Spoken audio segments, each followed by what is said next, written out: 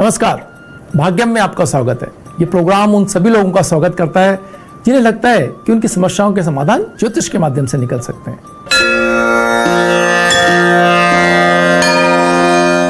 आज 18 अप्रैल 2020 है, वैशाख मास चल रहा है, कृष्ण पक्ष है, तिथि एकादशी है, वार शनिवार है और विक्रम संवत 2077 चल रहा है।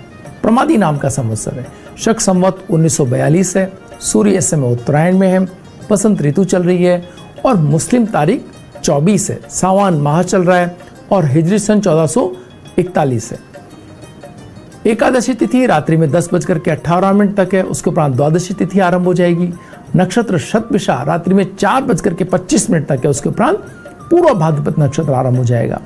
योग शुक्ल 6:41 तक है, उसके उपरांत ब्रह्म योग आरंभ हो जाएगा। करण भव दिन में 9:11 तक, उसके बाद बालवकरण आरंभ हो जाएगा। सूर्योदय जयपुर में 6:04 पर और सूर्यास्त 6:49 पर हो रहा है।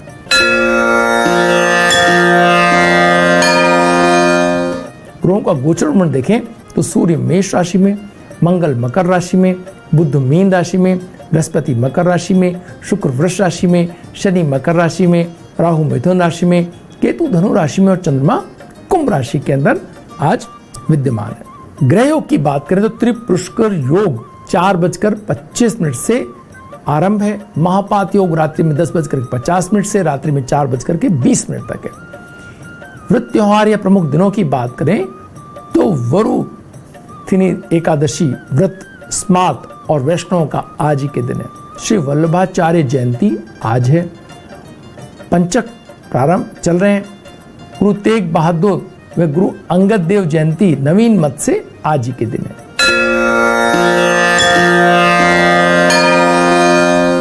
शेष चौगड़ियों की बात करें तो शुभ का चौगड़िया 7:39 से 9:15 तक है। चर का चौगड़िया 12:26 से 2:02 तक है और लाभ और अमृत के चौगड़िए 2:02 से 5:13 तक है। राहु काल वेला दिन में 9 बजे से 10:30 तक है।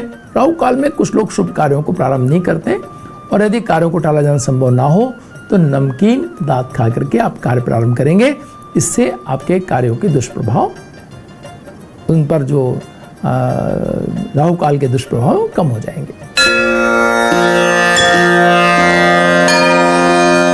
आइए बात करते हैं आज के दिन के मूड की। आज चंद्रमा कुंभ राशि के अंदर, इसके मायने क्या है? कुंभ राशि का चंद्रमा और शनि मकर राशि के अंदर एक ऐसी स्थिति को दर्शा रहा है मित्रों, जहां पर भावनाओं का कम से कम उपयोग किया जाना श्रेष्ठ फलदायी रहेगा। जहां ऐसी स्थिति कि केतु से लेकर के और राहु तक हर घर के अंदर कोई न कोई ग्रह बैठा हो। आप देखें कि 9वीं राशि केतु से 10वीं राशि में मंगल, बृहस्पति और शनि विद्यमान है। 11वीं राशि के अंदर चंद्रमा है, 12वीं राशि के अंदर बुध है, पहली राशि के अंदर सूर्य है, दूसरी राशि के अंदर शुक्र है और फिर मिथुन राशि के अंदर राहु बैठे हुए। तो हर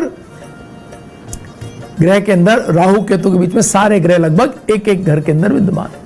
इसके मायने क्या हुए? इसके मायने ये है कि जो स्थिति है वो अपने से बाहर निकल, यानी कि तनाव जो हमने पिछले दिनों देखा वो उससे बाहर निकलने की पुरजोर कोशिश एक तरफ और नकारात्मकता दूसरी तरफ, दोनों अपनी अपनी तरफ से पूरा जोर लगाने के लिए पूरे विश्व को अपने उसमें नकारात्मकता जहां समेट लेने के लिए तैयार है, वहीं उच्च के सूर्य के साथ में बाकी शक्तियां एकदम उसका प्रबल विरोध करने के लिए और संघर्ष और उसमें पूरी तरह से मुकाबला करने के लिए नियमों के माध्यम से, दवाओं के माध्यम से, चीज़ों को समझते हुए उनमें बदलाव, रात दिन हर दिन एक नए तरीके से बदलावों के साथ में चीज़ें आगे बढ़ती हुई आपको दिखाई देंगी।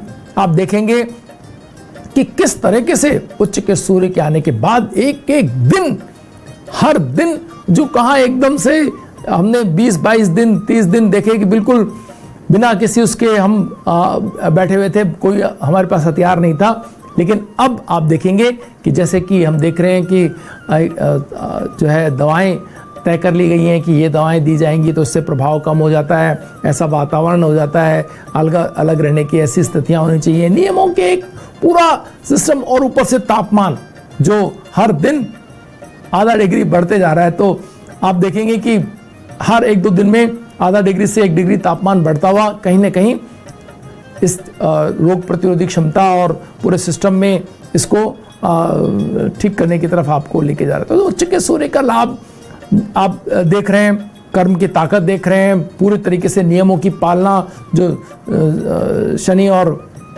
बृहस्पति का मेल आपको करवा रहा है, और ऊपर से सारी स्थितियों के ऊपर ये राहु केतु का एक बंधन की आपको समस्या से न निकलने देने की पुरजोर कोशिश। तो ये कैसे समस्याएं हमें प्रभावित कर पा रही हैं कि हमारी गलतियों की वजह से। यहाँ राहु केतु जो है किस तरीके से जीवन को, राहु केतु की बात नहीं है, ग्रह प्रतिनिधि ग्रह उनके, हमारे मन, हमारी जो एक संकल्प शक्ति है उसका अभाव। राहु तुरंत निर्णय करने की उत्तेजना के अंदर निर्णय करने, जिन भी मनों के अंदर राहु का प्रभाव आप देखते हैं वो ऐसे निर्णयों की तरफ आगे बढ़ जाते हैं जो